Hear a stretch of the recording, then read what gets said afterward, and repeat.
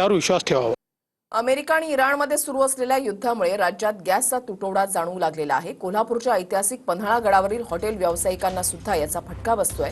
व्यावसायिक gas cylinder मिळत नसल्यामुळे छोट्या मोठ्या हॉटेल व्यावसायिकांनी चूल पेटवली आहे। आता 8 दिवस झालं नाहीच मिळालेलं गॅस, त्याच्यामुळे चूल पेटवली आम्ही। आता गॅस कधी मिळते काय माहित आता। गॅस परवडतोय का चूल परवडत्या? गॅस लागते व्यवसायाला, चुलीचं नाही परवडत।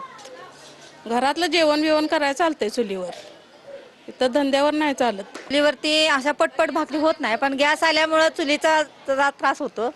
पण कसं आहे, चुलीवरती भाकरी पटपट होत नाहीत, गॅसवरती होतात। माल खपायचं कमी झालंय। मी ते सगळं धान्य यांना 15-16 वर्षापासून धान्य द्यायचं ना, तर इथं आता सुट्ट्या असून सुद्धा लोकांना ते माल घ्यायचं कमी केलेत। बाकीचे जे साहित्य बनवण्यासाठी लागतो त्यासाठी गॅसची नितांत गरज आहे। यासाठी शासनाने जरा प्रयत्न करावे, लवकर सर्वांच्या घरी घरपोच गॅस मिळावा याची व्यवस्था करावी।